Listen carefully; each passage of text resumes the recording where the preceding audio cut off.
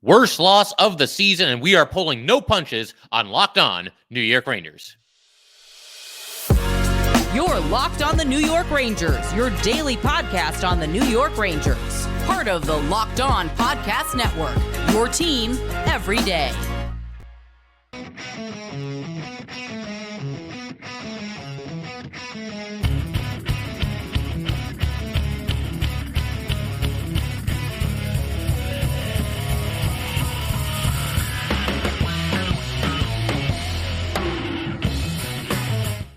Welcome back, Blue Shirts fans, to episode number 989 of the Locked On New York Rangers podcast. I'm your host, John Chick. Just want to thank you guys, as always, for making Locked On New York Rangers your first listen every day. We are free and available on all platforms, including YouTube. And today's episode of Locked On New York Rangers is brought to you by FanDuel. Make every moment more. Right now, new customers get $150 in bonus bets guaranteed when you place a $5 bet.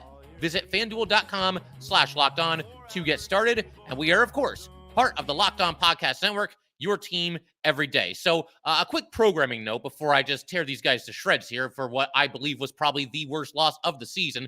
Been a lot of talk about that recently. You know, a new champion seems to emerge almost on a game-to-game basis for worst game of the season for the Rangers lately. But I mentioned that on a recent episode, we were going to be talking with Vince Mercogliano. Welcome him onto the show as a guest. We are still going to be doing that. Long story short, Vince and I ran into some technical difficulties. He was logging in from San Jose right before, everything that happened in that game happened. And we're going to be, welcoming Vince back onto the show next week. That episode will drop at some point next week. So we'll have that to look forward to. But as for this game against the Sharks, I mean, it was bad. It was right up there. I do think probably the worst loss of the season. And I figure we might as well go right to the big finish, the somewhat controversial finish, and all collectively try to figure out what in the world Mika Zibanejad was doing on this play here. So to begin with, again, let me kind of elaborate on the fact that I think this is the worst loss of the season, how there's, new contenders emerging very recently. It wasn't that long ago. I mean, depending on your perspective, but a few months back, October, November, it felt like the Rangers were firing on all cylinders and they're having all these dramatic wins. They had that road trip where they went 5-0. That road trip went just a little bit better than this one that just concluded, wouldn't you say? But the common theme back then was that the Rangers, on a seemingly game-to-game basis or on a close to game-to-game basis, it's like, man, that might be the best win of the season. No, that might be the best win of the season, or this could even be the best win of the season. It was a common theme, coming from behind to win games, winning games in overtime, a shootout win in there too. Just, great individual performances. And now it's the exact opposite. Think about this 4-game road trip and how basically a new contender for worst loss of the season emerged pretty much in all of them. You've got the start of this road trip against Vegas, and Rangers got off to a great start in that game. Awesome first 10 minutes, didn't necessarily get rewarded for it. Then they just completely melted. The effort evaporated. They lose the game 5-1. Contender for worst loss of the season.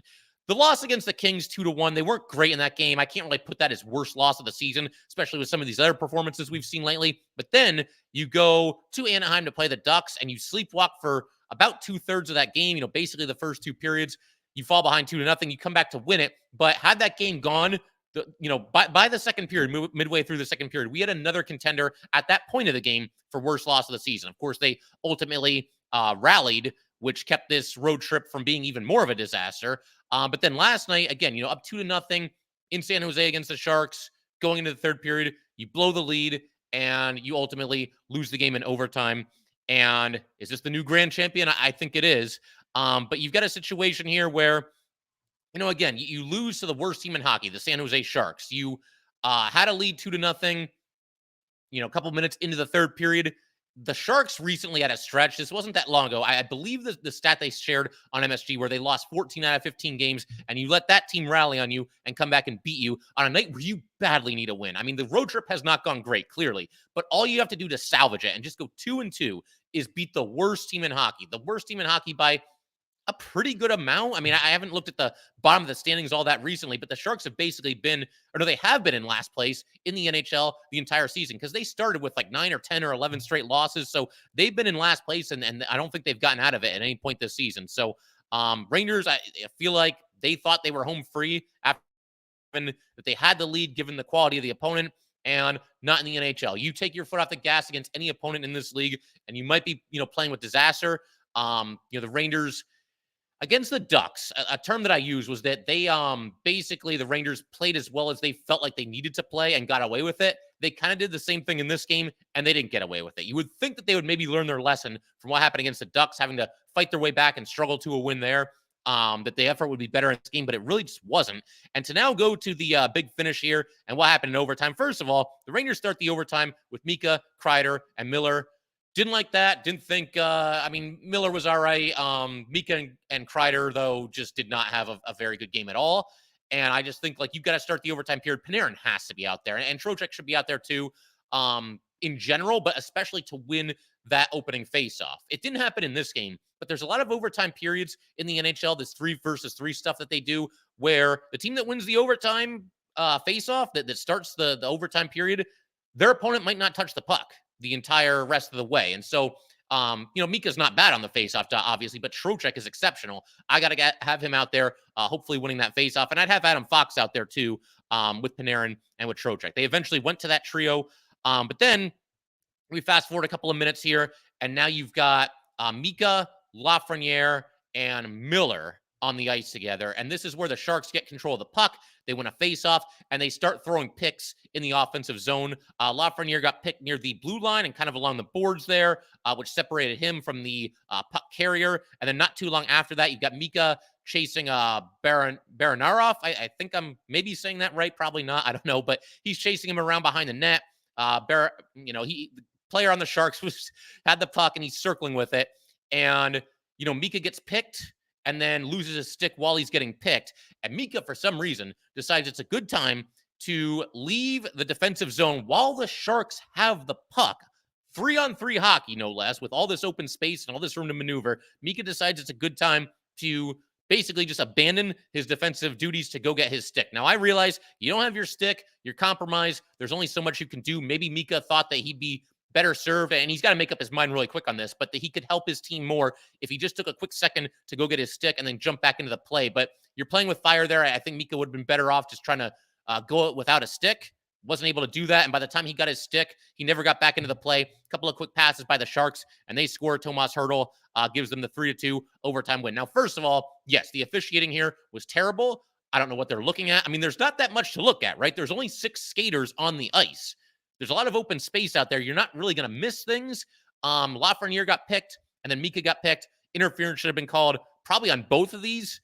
It ultimately was not. But the point that a lot of people made on Twitter last night, and I'll echo this right now, is that it never should have come to that. The Rangers should have never been in this situation. If they didn't have such a poor third period, and honestly, they weren't great in this game, even when they were up 2-0, but it looked like they were at least doing enough to skate by with a win.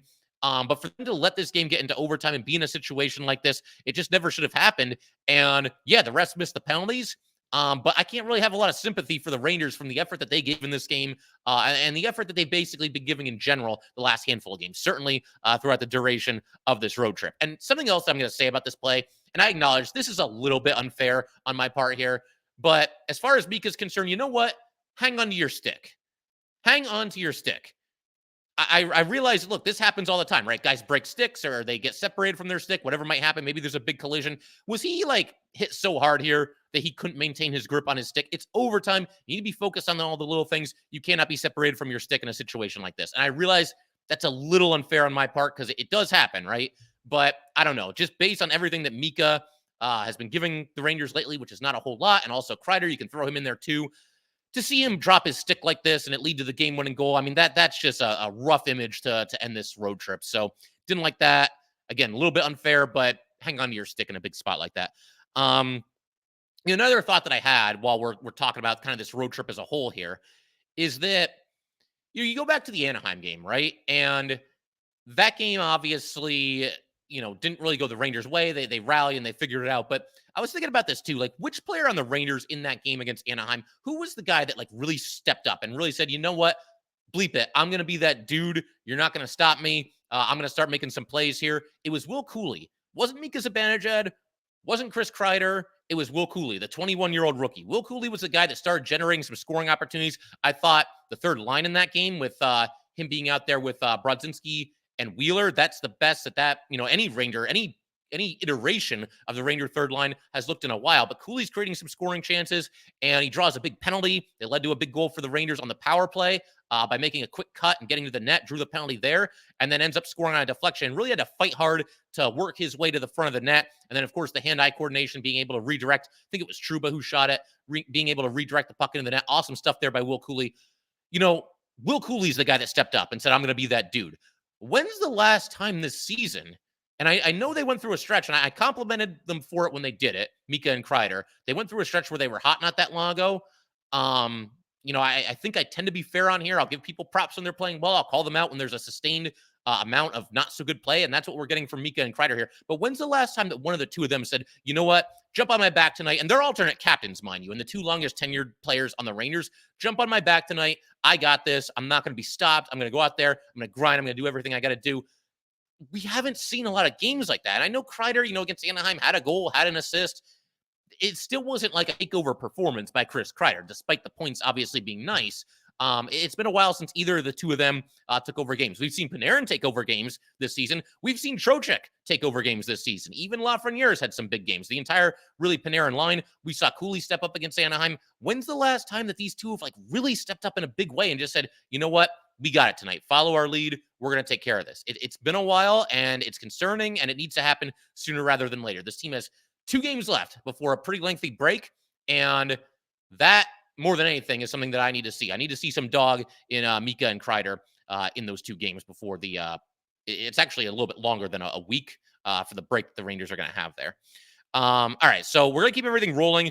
I want to go ahead and break down what I will charitably call a third period meltdown. We're going to get to that in just a second here. Also talk about the Rangers really struggling on the power play. That has not been pretty at all lately.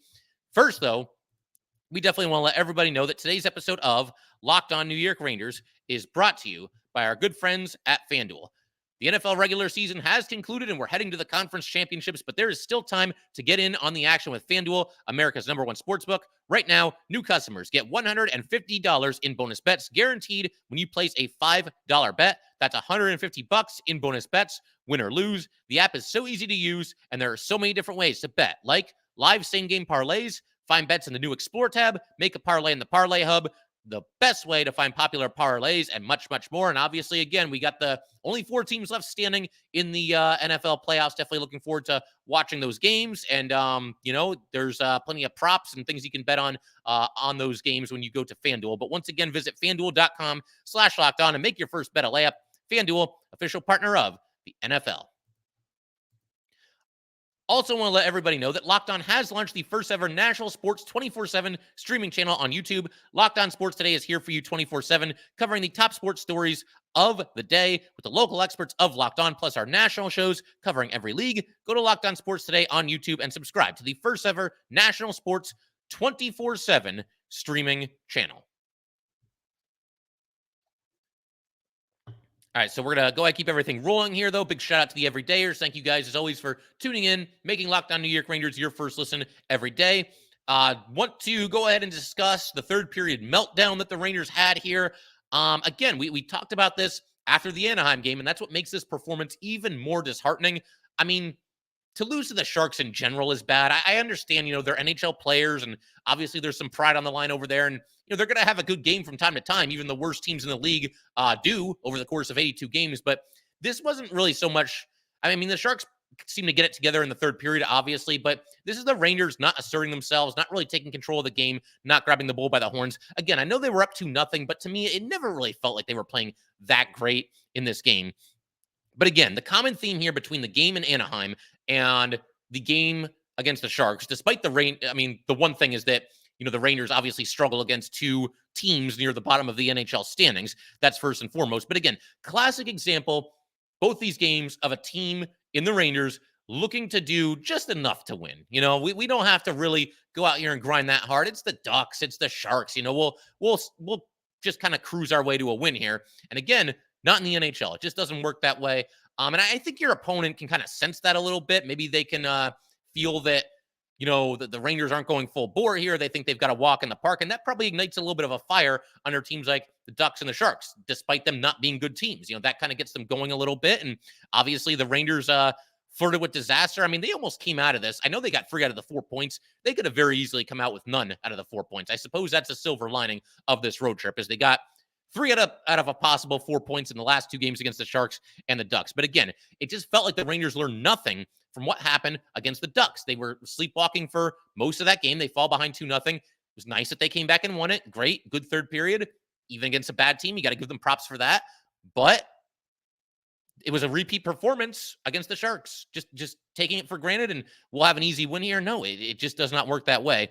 And obviously something else that happened, it's a common theme on this Ranger podcast. We'll get to it in a second. You guys, the everydayers, you already know for sure what I'm talking about. But so we're in the third period and the Sharks basically just score a goal out of nowhere, makes it 2-1. You got Gustafsson with the puck behind the Ranger net after Igor left it for him.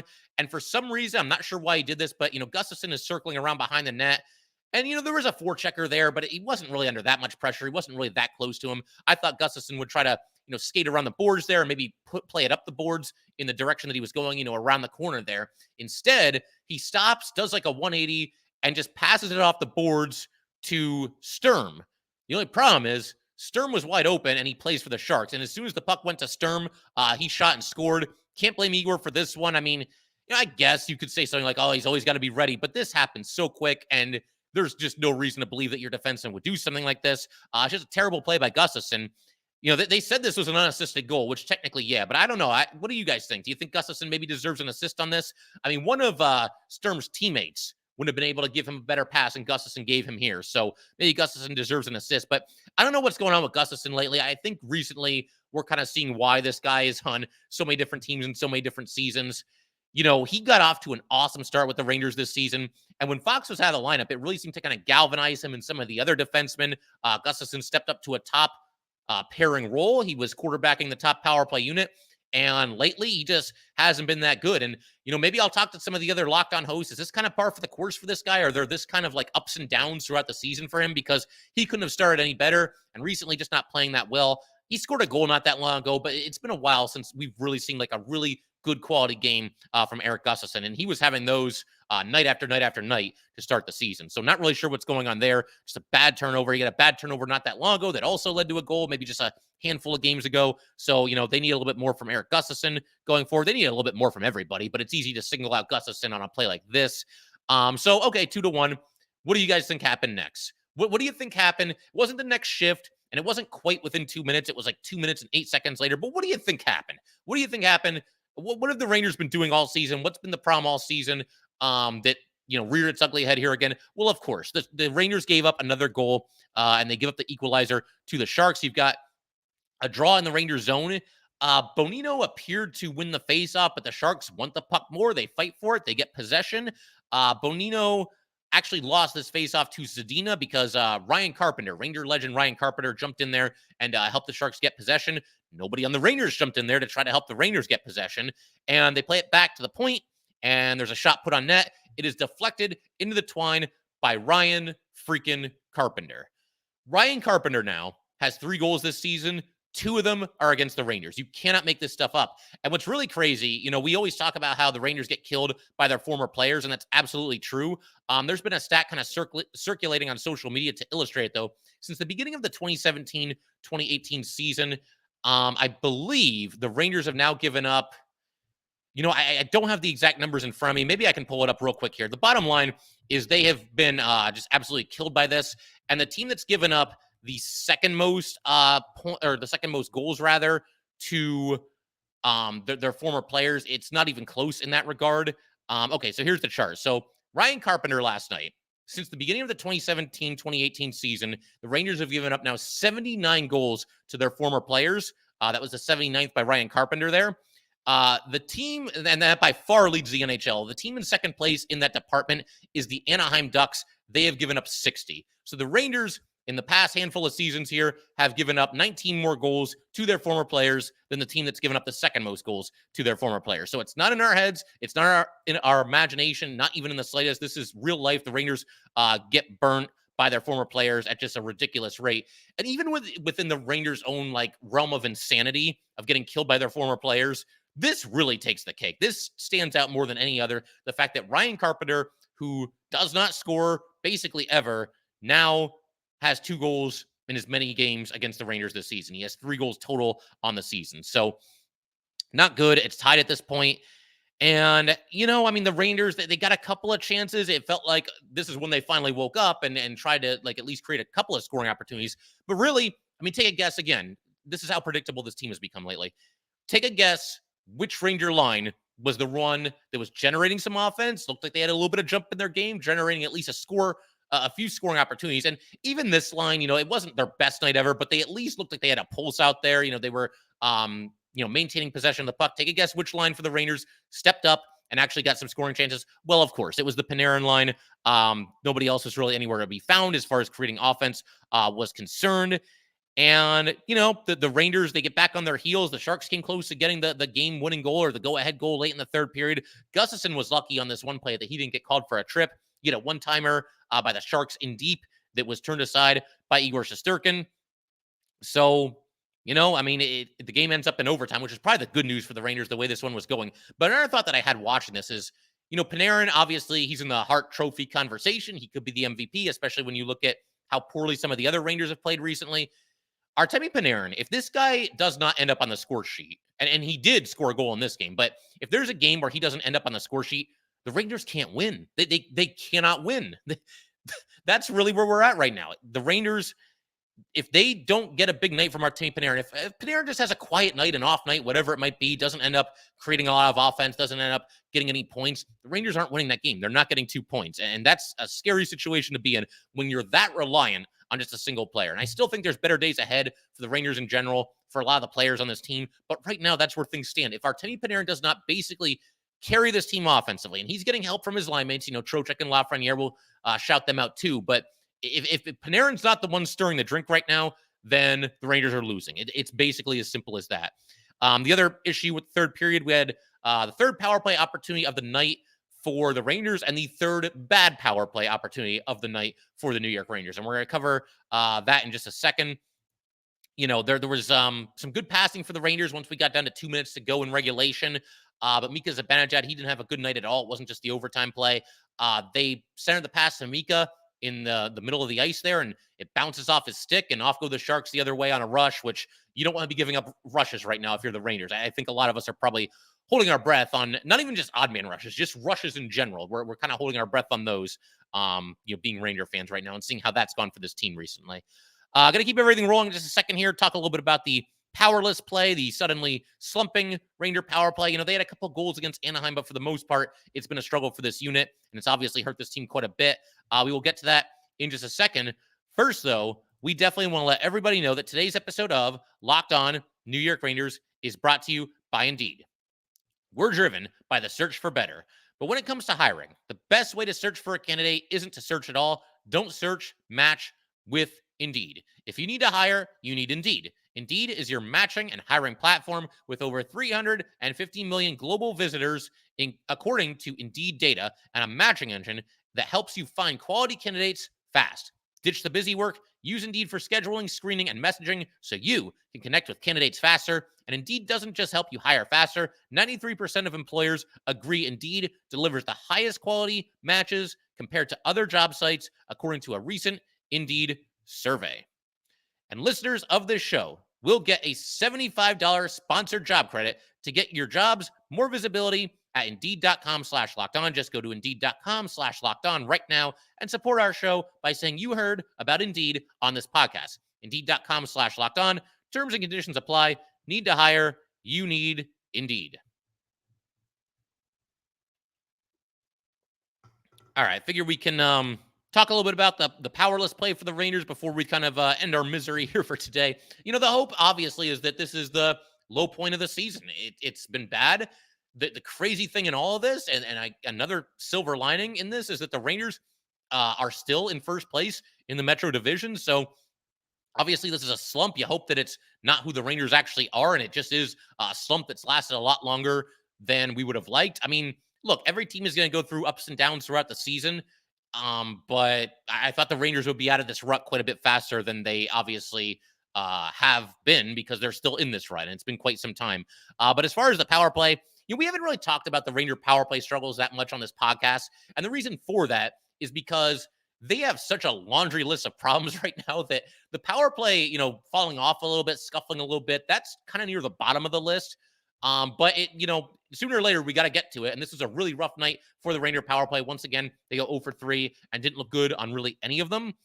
You have a bad power play, you can still win games that way. But the Rangers, they rely so much on the man advantage that when it's not firing on all cylinders, they are in some trouble. And again, it's not the biggest issue with this team right now, but we've talked so much about all the other issues. Sooner or later, we got to circle back and we got to call out the power play for not being what the Rangers need it to be. So 3 power plays in this game, 2 in the second period, 1 in the third period. The first one in the second period, you've got Kakko drawing a penalty. And, the top Ranger power play unit is out there. And nobody's moving. Everybody's just kind of standing there like a statue. Mika's in his spot, just waiting for a one-timer. God forbid he tries something else, but he's just waiting for a one-timer. And look, I don't want to kill Mika there either because that one-timer can be a weapon, but he hasn't really been very accurate with that shot recently. And it'd just be nice to see them, try something a little different, especially with the power play being in a little bit of a rut. Kreider's in front of the net, but he's just standing there. Fox is back at the point. He's not really moving, and it's just nothing but passes. Pass. And not even like passes that look like they're going to lead to a goal. It's just passing around the perimeter. It's nice that the Rangers can set up shop. It's nice that they can maintain offensive possession, but the Sharks seem to have a little bit of a passive penalty kill. They weren't really pressuring the puck that much, and you're playing right into their hands. The Sharks are just kind of sitting back, trying to take away passing lanes, and you're the Rangers, and you're just not doing anything. You can't pass the puck into the net. And I've always said I don't want to be that guy that just yells shoot the entire game. You know what? For today, I'll be that guy that yells shoot because the Rangers just weren't shooting the puck enough on the power play. So that wasn't good at all. And then not too long after that, the Rangers actually took a penalty because Trouba made a pass to Panarin. Panarin had to trip his guy to prevent an odd man rush. Just sloppy play all around. The second power play then for the Rangers, though, in the second period, power play starts. You've got an immediate clear by the Sharks. Mika carries and shoots it back in off the corner boards, but I don't really know what his plan here was. Sometimes you'll see the Rangers shoot the puck into the offensive zone, even sometimes from behind the red line where you're kind of risking an icing. But if you see one of your guys is going to get to the puck first, it's a play that can work. Mika kind of did a variation of that. He'd already gained the red line, but he shoots it in off the corner boards. But it was so obvious that the Sharks were going to get to the puck first, and they did, and they shoot it right back down the ice. So heck of a start to this power play here. 2 immediate clears by the Sharks. You've got Fox carrying the puck in. He drops it for Mika. Mika for Panarin over the blue line. Panarin around the boards to Kreider. Back to Fox at the blue line. Over to Panarin at the other side of the blue line.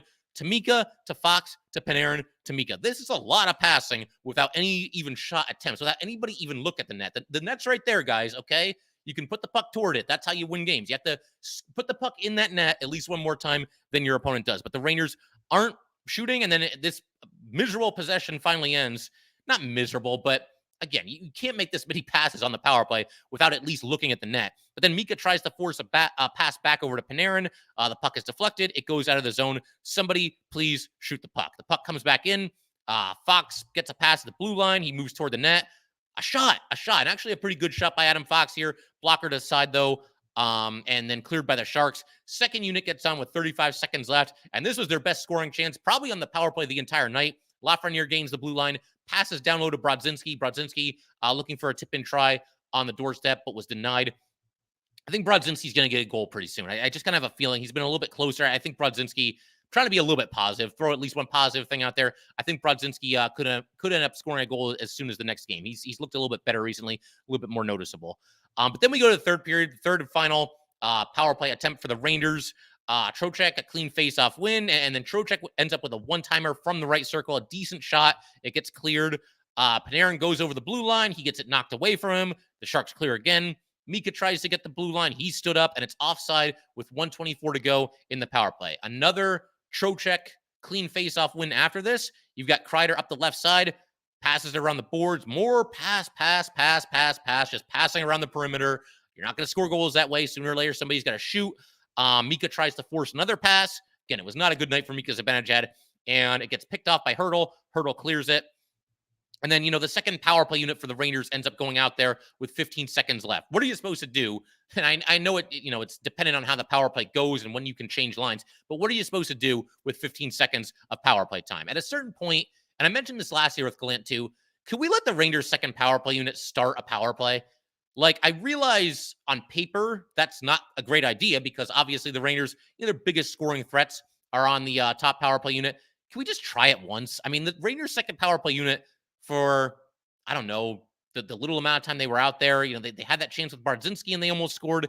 I don't know. Maybe at a certain point, just to send a message to the team a little bit, have the second unit start a power play or go with a hybrid. Go with Panarin and Lafreniere and maybe Brodzinski's out there. I mean, I don't know. Maybe Trouba's out there instead of Fox. Just try something a little bit different, just for the sake of it. Let's just give it a shot here at some point going forward. But I don't know, man. Rangers are kind of in a little bit of a tough spot right now, to say the very least.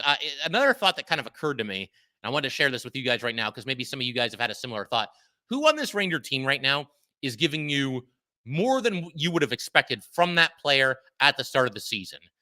I will say the entire Panarin line, Panarin, Trocheck, and Lafreniere. I was really happy to see Vincent Trocheck get rewarded with that all-star spot. He's had a heck of a season. Didn't think he would get that recognition, but he did. Panarin, he's in the MVP conversation. Lafreniere having the best season of his career. So I'll give all three of them. I'll say Will Cooley. He obviously had that really big game against Anaheim and I believe still leads all NHL rookies in hits. Very physical player and somebody that's got a heck of a shot. And we're going to see more of that going forward, I do believe. So obviously, Will Cooley. I'll say Jonathan Quick. A lot of people kind of left him for dead, and he's had a nice season. Hasn't been as good lately, but he's in a backup goalie role. So I think what he's done is probably more than most people probably would have expected coming into the season. Is there anybody else? I mean, maybe Jimmy Vesey for some of the offense that he's produced, although hasn't been a lot of that from Vesey recently. I don't think any of the defensemen on the Rangers are giving you more than you would have expected coming into the season. So, a team is kind of the sum of its parts. And the crazy thing about all this, as I say it, is yes, the Rangers, I mentioned it earlier in the episode, still in first place in the Metro Division, but they just are not playing like a first place team. Hopefully they can get it together. I cannot possibly overstate how important these next two games are. The Rangers have a back-to-back home against Vegas and at Ottawa. And then they have, I believe, 8 days off after that. It's a lengthy break, one way or the other, whatever the final total of days off is for the Rangers. So, they're playing poorly, obviously. There's a chance to kind of flip the script a little bit. If they win both of those games, and people might roll their eyes at that. Look, the Rangers are capable of doing that. We saw that earlier this season. If they are able to win both of those games, I think a lot of us are going to be feeling a lot better about the way things stand and what kind of team this is going to be the rest of the season. But if they come out and they get like 1 point out of a possible 4 against those two teams and they just don't look very good, the vibes are not going to be good. And that's a long break for us as fans. It's a long break, I'm sure, for the coaching staff and the players. Cannot possibly overstate how big those two games are going to be for the New York Rangers. And one more time, I want to mention this. Send an audio file of yourself, if you would like, venting about the Rangers' inability to play anything close to resembling quality hockey on the shift that follows a goal or in the immediate aftermath of a goal. I already heard from a couple of you guys, but we are going to share those in a future episode. So yeah, definitely looking forward to that. But I figure we could pretty much call it there for today. Once again, if you guys would like to get in touch with this podcast, please send an email to lockedonnyrangers@gmail.com. Once again, that is lockedonnyrangers@gmail.com. Definitely give us a follow on Twitter as well, at @LO_NY_Rangers. Once again, that is at @LO_NY_Rangers. And definitely subscribe to Locked On New York Rangers YouTube channel. Thanks again, guys. I will see you next time.